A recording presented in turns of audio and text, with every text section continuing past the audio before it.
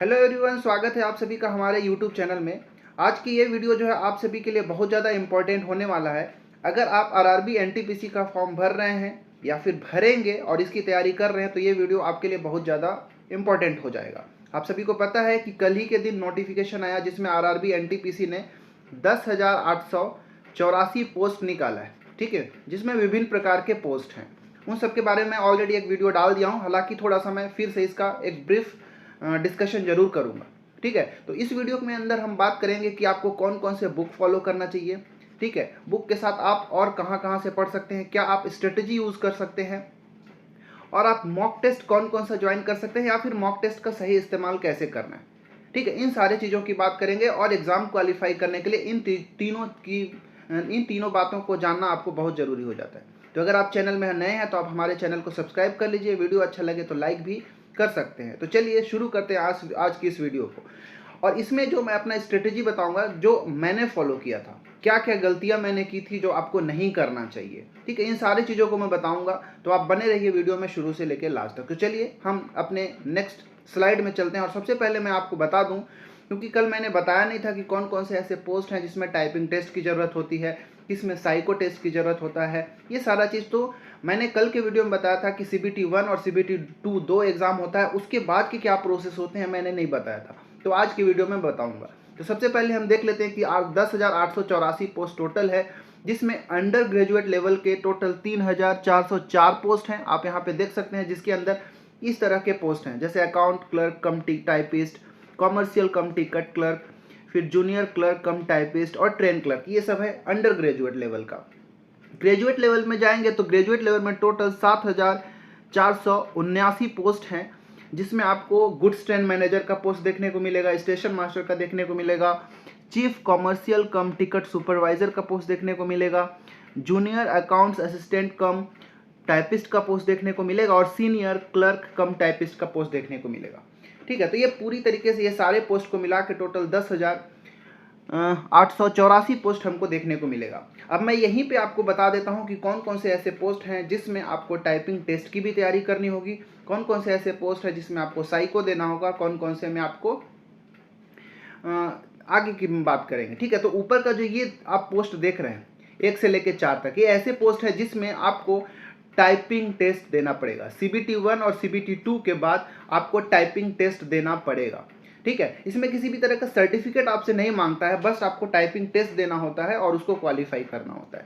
इसके बाद नीचे के पोस्ट में जाएंगे गुड्स ट्रेन मैनेजर, तो इसमें CBT 1 और CBT 2 के बाद किसी भी तरह का एग्जाम आपसे नहीं लिया जाता है।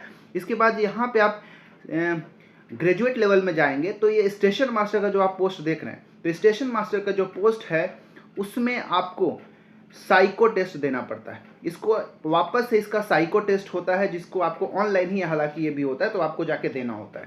इसके बाद यहाँ पे आप ग्रेजुएट लेवल में ही जाएंगे तो चीफ कॉमर्शियल कम टिकट सुपरवाइजर देख रहे हैं, यहाँ पे टाइपिस्ट वाला और ये टाइपिस्ट वाला पोस्ट देख रहे हैं। तो नीचे के जो 3 पोस्ट है इसमें आपको टाइपिंग टेस्ट देना पड़ता है, ठीक है। टाइपिंग टेस्ट जो है आपका एक ही बार होता है, ऐसा नहीं कि सारे पोस्ट के लिए बार बार टाइपिंग टेस्ट देना पड़ेगा। एक बार आप टाइपिंग देंगे, इसके बाद आप जिस भी पोस्ट के लिए एलिजिबल है आपका ऑलरेडी टाइपिंग हो जाता है, उसी एक से आपका काम चल जाता है, बार बार देने की जरूरत नहीं पड़ता है, ठीक है। और आपको यहाँ पे ध्यान देना है कि क्योंकि अभी तो जस्ट नोटिफिकेशन आया है कि 10,884 पोस्ट है, ठीक है, और बाकी इसका जो प्रोसेस होगा, फर्दर जो प्रोसेस होंगे ऑनलाइन फॉर्म भरने का, बाकी जो है बाद में आपको जिसकी जानकारी जो है दी जाएगी, ठीक है। तो आपको यहाँ पे समझ में आया होगा कि कौन कौन से पोस्ट के लिए आपको टाइपिंग टेस्ट देना पड़ता है, कौन कौन से के लिए आपको साइको टेस्ट देना पड़ता है, ठीक है। अब आगे चलते हैं। इसके बाद मैं फिर से आपको बता दूं कि जो स्टेज 1 का एग्जाम होता है CBT 1, इसमें 90 मिनट का एग्जाम होगा, ठीक है, 1.5 घंटे का एग्जाम होता है, जिसमें जनरल अवेयरनेस के 40 अंक के प्रश्न पूछे जाते हैं, मतलब 40 प्रश्न होगा। मैथमेटिक्स के भी 30 पूछे जाएंगे, और जो हमारा रीजनिंग होता है उससे 30, टोटल 100 प्रश्न आपसे पूछे जाएंगे, और समय होगा कितने, 90 मिनट का, ठीक है। माइनस मार्किंग 1/3 होता है, एक गलत होने पर 1/3 अंक कट जाएगा, एक सही होने पर 1 नंबर आपको दिया जाएगा। इसके बाद आप जब स्टेज 2 में जाते हैं, CBT 2 का जब एग्जाम लिया जाता है तो उसमें सिलेबस बिल्कुल सेम होता है, ठीक है, थोड़ा सा और टाइम पीरियड भी सेम होता है, 90 मिनट के अंदर ही आपको अटेम्प्ट करना होता है क्वेश्चन, लेकिन यहाँ पे नंबर ऑफ क्वेश्चंस को बढ़ा दिया जाता है। 120 अंक के प्रश्न होते हैं, ठीक है, 120 प्रश्न पूछा जाएगा, 120 अंक के, और बाकी सिलेबस सेम होगा। मैथ्स वहाँ पर जहाँ पे आपसे 30 नंबर के पूछे जा रहे थे, इस बार 35 पूछा जाएगा, ठीक है, 35 अंकों के 35 प्रश्न पूछे जाएंगे।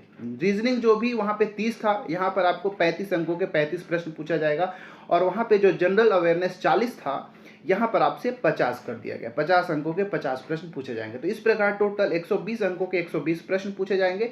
समय आपके पास सेम ही होगा 90 मिनट का। तो ये था हमारा CBT 2 स्टेज 2। स्टेज 2 के बाद जब आप क्वालिफाई कर जाते हैं, तब आपको क्या क्या प्रोसेस से गुजरना पड़ता है वो मैं आपको बताता हूँ। तो मैंने बताया था कि CBT 2 जब आप क्वालिफाई कर जाएंगे तो कुछ ऐसे पोस्ट होते हैं जिसमें टाइपिंग टेस्ट देना होता है। तो टाइपिंग का प्रैक्टिस भी आपको करना शुरू करना पड़ता है। अगर कोई अभी से ही टाइपिंग टेस्ट करता है, बाकी उसका जो है CBT 1 और CBT 2 की तैयारी अच्छी खासी चल रही है, अच्छा स्कोर कर पा रहा है मॉक टेस्ट में, तो टाइपिंग टेस्ट भी साथ साथ कर सकता है, ठीक है। इसके बाद साइको टेस्ट होता है, जो एग्जाम के लिए, जैसे स्टेशन मास्टर का जो पोस्ट हुआ उसके लिए अगर आप क्वालिफाई करते हैं तो आपको साइको टेस्ट देना पड़ता है। साइको टेस्ट की भी आप प्रिपरेशन ऑनलाइन कर सकते हैं। इसके बाद जब ये टाइपिंग टेस्ट और साइको टेस्ट से आप गुजर जाएंगे, तब जब आपका जो एक मेरिट लिस्ट जारी करने के बाद आपका डॉक्यूमेंट वेरिफिकेशन के लिए बुलाया जाता है। डॉक्यूमेंट वेरिफिकेशन के जस्ट बाद ही आपको मेडिकल टेस्ट ले लिया जाता है। तो इस तरह से इस प्रोसेस से हमको गुजरना पड़ता है, ठीक है। उम्मीद है आपको समझ में आया होगा कि प्रोसेस क्या क्या है। CBT 1, CBT 2, इसके बाद आपका टाइपिंग टेस्ट, साइको टेस्ट। कोई ज़रूरी नहीं है कि सारे एग्जाम में आपको, कुछ ऐसे भी पोस्ट होते हैं जिसमें टाइपिंग टेस्ट की ज़रूरत नहीं होता है, साइको टेस्ट की ज़रूरत नहीं होता है, ठीक है। लेकिन जो अगर पोस्ट में अगर आप क्वालिफाई कर रहे हैं, जिस लेवल के पोस्ट में अगर आप क्वालिफाई कर रहे हैं, तो उसके लिए अगर टाइपिंग टेस्ट रिक्वायरमेंट है तो आपको देना ही होगा। साइको टेस्ट अगर रिक्वायर्ड है तो आपको देना ही होगा, और DV मतलब डॉक्यूमेंट वेरिफिकेशन और मेडिकल टेस्ट तो आपको देना ही पड़ेगा, ठीक है। तो ये सब CBT 2 के बाद का था। अब हम आगे गुजरते हैं, आगे देखते हैं अब आपको कौन कौन से बुक लिस्ट फॉलो करना चाहिए, क्या स्ट्रेटजी होना चाहिए, क्या मैंने गलतियां की थी जो आपको नहीं करना चाहिए, मैं यहाँ पे आपको बताऊंगा, ठीक है। तो सबसे पहले मेरी गलती क्या होती थी मैं वो बताता हूँ। कि जैसे मैं पढ़ता तो खूब था, ठीक है, मैं पढ़ता खूब था, लेकिन मैं मॉक टेस्ट कभी नहीं लगाता था, ठीक है। केवल पढ़ाई करता था और जाके एग्जाम दे लेता था। और मॉक टेस्ट लगाता भी था तो क्या लगाता था, मैं पेन पेपर मेथड का यूज़ करता था। पेन और पेपर पर ही मैं बनाता था, जिसकी वजह से मेरा एग्जाम कहीं ना कहीं नहीं निकलता था।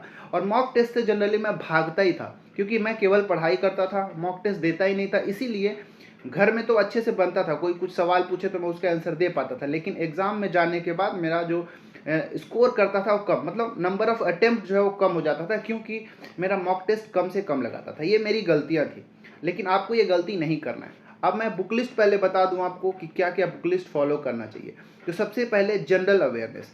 जनरल अवेयरनेस में जो सबसे कॉमन बुक है, जो सब पढ़ते हैं और मैं भी पढ़ता था और आज भी पढ़ता हूँ, वो क्या है, लूसेंट, ठीक है। लूसेंट की बुक जो है, और भी बहुत सारे मार्केट में बुक्स हैं, आप कोई और भी बुक फॉलो करते होंगे तो बेशक करिए, लेकिन जो सबसे कॉमन है, अगर आप NTPC CGL वगैरह की तैयारी कर रहे हो तो मोस्ट कॉमन जो जनरल अवेयरनेस की बुक है वो लूसेंट की बुक होती है।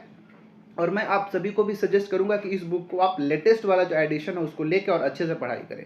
इसके बाद आपको करेंट अफेयर्स पढ़ना होगा, 1 ईयर का पढ़ना होता है, ठीक है। इसको हो सके तो एग्जाम के टाइम में ही पढ़े तो ज़्यादा अच्छा होता है। कहीं से आप यूट्यूब वीडियो भी देख सकते हैं या फिर पढ़ सकते हैं, ठीक है ना।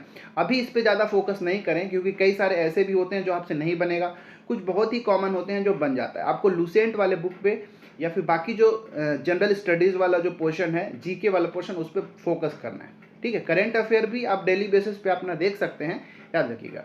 इसके बाद मैथ्स रीजनिंग की बात आती है, ठीक है। मैथ्स रीजनिंग की बात आती है तो इसमें आप जो भी बुक फॉलो करते आए हैं शुरू से, जो आपका फेवरेट बुक हो, आपको पढ़ने में उस बुक को अच्छा लगता है, आप उसको फॉलो करिए, ठीक है। लेकिन इसके अलावा, क्योंकि बुक्स तो सभी फॉलो करते थे, मैं भी फॉलो करता था, लेकिन कुछ ऐसे भी टॉपिक्स होते हैं जो आप बुक फॉलो करेंगे तो आप उसको एक कन्वेंशनल मेथड से बनाने लगते हैं तो आपको समझ में नहीं आता है। तो मैं यूट्यूब क्लासेस देखता था। आपको जो भी टॉपिक पढ़ना है, जिस सब्जेक्ट को पढ़ना है, आप यूट्यूब पे अगर आप सर्च करेंगे तो आपसे एक से एक कंटेंट मिल जाएगा, जो कि आपको बहुत ही सहूलियत देगा। तो जब खुद आप मेहनत करेंगे किसी बुक को समझने में, उसको ट्रिक बनाने में, वो आपको यूट्यूब में कोई 10 से 15 मिनट में वो पूरा जो टॉपिक है उसको कंप्लीट करा देगा। तो ये बहुत तरीका आसान है यूट्यूब वाला से। और सबसे मेन चीज़ क्या, प्रीवियस ईयर क्वेश्चन को जरूर देखें। अगर आप न्यू मॉक टेस्ट लगा रहे हैं, ठीक है, अगर आप सोच रहे हैं कि डायरेक्ट मैं मॉक टेस्ट लगाने बैठ जाऊं, नए नए क्वेश्चंस को लगाऊं, उससे पहले मैं आपको सजेस्ट करूंगा कि प्रीवियस ईयर का क्वेश्चंस जितने भी आते हैं, ठीक है। रेलवे के जितने भी इसके कंपाइलेशन बुक्स भी आते हैं मार्केट में, जिसमें रेलवे के पुराने आए हुए सारे प्रश्नों को दिया हुआ था। उसमें मैथ्स, रीजनिंग, जीके सबकी मैं बात कर रहा हूँ। तो आप पहले न्यू मॉक टेस्ट लगाने से पहले आप प्रीवियस ईयर के सारे क्वेश्चंस को आप एक बार देखें, जरूर देखें, क्योंकि बहुत सारे ऐसे चांसेस रहते हैं कि वहाँ से ही आपको बहुत सारे क्वेश्चन जो है एग्जाम में मिल जाते हैं। तो ये मोस्ट इंपॉर्टेंट आपके लिए हो जाएगा कि प्रीवियस ईयर के क्वेश्चन जरूर देखें। अब आता था कि मॉक टेस्ट मार्केट में बहुत सारे अवेलेबल हैं, और सर मॉक टेस्ट लगाते हैं तो अब क्योंकि इसका जो एग्ज़ाम है आरआरबी एनटीपीसी का ऑनलाइन होता है, कंप्यूटर बेस्ड होता है, तो आप टेस्ट भी ऑनलाइन वाला ही लगाएंगे। बुक जो है मार्केट में आते हैं टेस्ट का, वो सब मत लीजिएगा। मैं वही करता था, मार्केट में जो बुक आते थे मॉक टेस्ट का उसमें लगाता था पेन पेपर का यूज़ करके, इसीलिए मेरा एग्ज़ाम नहीं निकलता था। और एग्ज़ाम ऑनलाइन होता है तो हमको जो टेस्ट लगाना होता है, प्रैक्टिस जो हमारी होनी चाहिए वो भी ऑनलाइन ही होना चाहिए। तो टेस्टबुक.com का एक मॉक टेस्ट होता है, वो आप ले सकते हैं, 200 से 300 रुपये में 1 साल का मिल जाता है। प्लेटफॉर्म का भी आता है और कई सारे भी मार्केट में अवेलेबल होते हैं। ठीक है, तो आप ये सब एक मॉक टेस्ट आप ऑनलाइन जरूर खरीद लीजिएगा, और उसका डेली बेसिस पे आपको प्रैक्टिस करना है। इसके बाद मैंने बताया कि प्रीवियस ईयर का कंपाइलेशन बुक आते हैं रेलवे के सारे सब्जेक्ट का, आप उसको जरूर ले लें, और पहले आप इन्हीं सारी चीज़ों को लगाएं। ठीक है, जो प्रीवियस ईयर क्वेश्चन आप बेसिकली मैं बताता हूँ सबसे ज़्यादा इंपॉर्टेंट है, आपको पहले लगाना है, फिर मॉक टेस्ट में घुसना है। क्योंकि प्रीवियस ईयर से लगाएंगे तो आपको एक आइडिया ये मिलेगा कि क्वेश्चंस कहाँ कहाँ से आते हैं और किस तरह के क्वेश्चंस पूछे जाते हैं। तो आप इसको जरूर देखिएगा, और हम हमारे चैनल में प्रीवियस ईयर के क्वेश्चंस तो कराएंगे ही, तो आप वहाँ से भी आप एक अनुभव ले सकते हैं। ठीक है, अब हम यहाँ पे मैंने पूरा बताया कि क्या करना है। अब आगे जो नेक्स्ट पार्ट है हम उसमें देखेंगे कि जब हम मॉक टेस्ट लगाते हैं, अब जो आपको जो भी मॉक टेस्ट लेना आप ले लें, अब उसको लगाने का सही तरीका क्या होना चाहिए। ठीक है, ऐसा नहीं कि बस मॉक टेस्ट दे रहे हैं और छोड़ते जा रहे हैं, ऐसा करने से काम नहीं चलेगा। सबसे पहले तो मैंने बताया कि प्रीवियस ईयर का क्वेश्चन आप जरूर उठा के देखें, हर दिन देखें। ठीक है, अब जो मॉक टेस्ट लगाना है इसको आपको रेगुलर बेसिस पर लगाना है। ठीक है, हर दिन एक टेस्ट लगाइए, और लगाना कैसे है, बिल्कुल एक्यूरेसी के साथ लगाना है। ठीक है, ऐसा नहीं कि हम मिनी टेस्ट दे रहे हैं 20 प्रश्नों का, या फिर पूरा लॉन्ग टेस्ट ही अगर दे रहे हैं तो हम तुक्का मार मार के पूरे 100 में 100 प्रश्न बना दिए, ऐसा बिल्कुल नहीं करना है। इस चीज़ों से बचना है। टेस्ट आपको लगाना है एक्यूरेसी के साथ, जितना प्रश्न आपसे बने मात्र उतने ही प्रश्नों को अटेम्प्ट करें। ज़्यादा से ज़्यादा अटेम्प्ट तुक्का मार के नहीं करना है, ज़्यादा से ज़्यादा अटेम्प्ट करने की कोशिश करना है, लेकिन एक्यूरेसी के साथ। जितने प्रश्न आपसे सही बने उतने ही प्रश्न को आपको बनाना है। इसके बाद आपको देखना है कि कितना आपका रैंक जो है आ रहा है, कितना आप नंबर जो है स्कोर कर पा रहे हैं। ठीक है, इस चीज़ों को देखना है। इसके बाद जो आप टेस्ट दे ले रहे हैं उसको आपको एनालिसिस करना है। ठीक है, जो भी आपने टेस्ट दिया है उसको एनालिसिस करना है, और आपको जो भी मिस्टेक्स वहाँ पे हो रहे हैं उन मिस्टेक्स को वहीं पे शॉर्ट आउट करना है, क्योंकि उस टेस्ट का जब एनालिसिस देखेंगे तो उन सारे चीज़ों का सॉल्यूशन दिया होता है। तो आपको पता चलेगा एनालिसिस करते समय कि ऐसे ऐसे प्रश्न जो है मेरे से नहीं बन रहे। तो उस तरह के प्रश्नों के बहुत अधिक प्रैक्टिस करना है, और ऐसा कोशिश करना है कि जब भी ऐसा प्रश्न आए तो दोबारा उसमें हमारा मिस्टेक ना हो, इस तरह से होना चाहिए। इसके बाद जितने प्रश्न आप अटेम्प्ट कर, जैसे आप टेस्ट लगाते समय आपसे जितना प्रश्न बने उतने ही प्रश्न को बनाना है, तुक्का तो बिल्कुल भी नहीं मारना है। हाँ, जब आप नया नया टेस्ट देना शुरू करेंगे तो हो सकता है आपके नंबर बहुत कम आएंगे। हो सकता है अगर पूरे आप 100 अंकों का टेस्ट दे रहे हैं तो हो सकता है आपका 40 नंबर आए, 50 नंबर आए, 60 नंबर आए, बहुत कम देखने को मिलेगा। लेकिन आप इसको रेगुलर बेसिस पे जब आप टेस्ट देने लगेंगे, एक्यूरेसी के साथ देने लगेंगे, आप अपनी गलतियों को सुधारते चले जाएंगे, तो ये जो है नंबर आपको इम्प्रूव दिखता हुआ चला जाएगा, और एग्ज़ाम आते आते तक कहीं ना कहीं आपको 90, 80, 90 नंबर तक देखने को मिलता है। ठीक है, और मैं यही नहीं करता था क्योंकि मैं ऑनलाइन प्रैक्टिस किया ही नहीं था। जब दोबारा मैंने एग्ज़ाम दिया जिसमें मेरा सिलेक्शन हुआ, तो उस समय मैं ऑनलाइन एग्ज़ाम देना शुरू किया, जिसकी वजह से मेरा जो है एक्यूरेसी बढ़ता गया, नंबर ऑफ़ अटेम्प्ट भी बढ़ते गए, और नंबर तो इम्प्रूवमेंट हो ही रहा था, जिसकी वजह से कहीं ना कहीं मुझे सिलेक्शन जाके मिला। तो इस तरह से आपको स्ट्रेटजी अपनाना है। तो कोशिश करिएगा कि आपको ऐसे ही फॉलो करना है, और हम तो यूट्यूब में आपको आइडियाज़ देते रहेंगे, गाइडेंस करते रहेंगे, और जो भी इसका प्रीवियस ईयर के क्वेश्चंस है उसको भी हम साथ साथ कराएंगे ही। तो आप हमारे चैनल में जुड़ जाइए अगर आप तैयारी करना चाहते हैं तो। और हाँ, ये चीज़ मैं फिर से बता दूं कि कोई ज़रूरी नहीं है कि आप बहुत महंगे कोर्स ही खरीद लें। ठीक है, यूट्यूब में एक से एक मटेरियल, एक से एक टीचर जो है कोई ना कोई टॉपिक को फ्री में पढ़ाए हुए होते हैं, तो आप वहाँ से पढ़िए। मैंने आज तक कहीं से भी ऑनलाइन क्लासेस नहीं लिया है, सब कुछ मैं यूट्यूब से पढ़ा हूँ, सेल्फ स्टडी करके पढ़ा हूँ। ठीक है। तो आप इस चक्कर में आप ऑनलाइन कोर्सेस मत खरीजिएगा। यूट्यूब में बहुत सारे मटेरियल जो है फ्री में अवेलेबल होता है, तो आप वहाँ से बिल्कुल अच्छे से कर सकते हैं। हाँ, मैंने एक मॉक टेस्ट जरूर लिया था टेक्स्ट बुक का, आप भी उसको जरूर ले सकते हैं। ठीक है, तो आप अपनी तैयारी को अच्छे से करते रहें। मिलते हैं किसी और वीडियो में, इसमें इतना ही। तब तक के लिए धन्यवाद।